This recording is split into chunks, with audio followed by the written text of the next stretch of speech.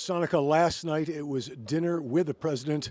About a dozen TV journalists, including myself, sat with the president in the state dining room to talk about this upcoming speech. Tonight, it is that speech, the president's first big chance to ignite momentum behind his agenda by speaking to that joint session of Congress and all the American people who will tune in tonight. His first speech as Commander-in-Chief to Congress, by the way.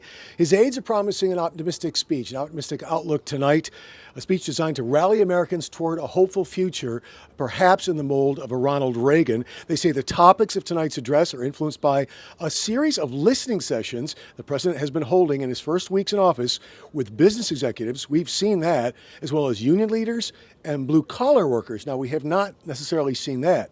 The president is expected to start his speech by noting the big promises he made during the campaign, something he indicated at this private dinner last night, and promises that he has already kept in his first few weeks in office, including pulling out of the Trans-Pacific Partnership trade deal and those executive orders he has signed.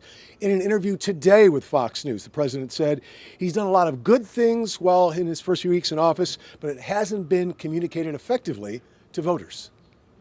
Now, in terms of achievement, I think I'd give myself an A, because I think I've done great things, but I don't think I and my people, I don't think we've explained it well enough to the American public. I think I get an A in terms of what I've actually done, but in terms of messaging, I'd give myself a C or a C+. All right, how are you going to change that then? Well, maybe I change it during the speech.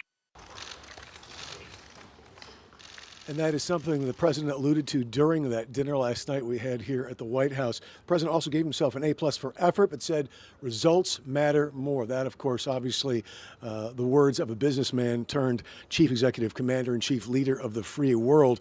Also, that dinner last night, he did indicate that while there will be some optimism, he believes in setting a tone for what's to come on his agenda. It's important to point out some of the problems and then talk about the solutions. As you recall, his inaugural speech, many focused on that phrase, American carnage, and some of the more dark views the president expressed at his inauguration. This speech could be somewhat different. We'll have to wait and see. I'll have much more on our talk with the president during that private dinner last night, as well as a look ahead to tonight's speech and a look at the special guests who will be there with Congress tonight when the Commander-in-Chief addresses them. For now, I'm Todd McDermott, live in Washington, D.C. at the White House. Back to Sonica and Tiffany.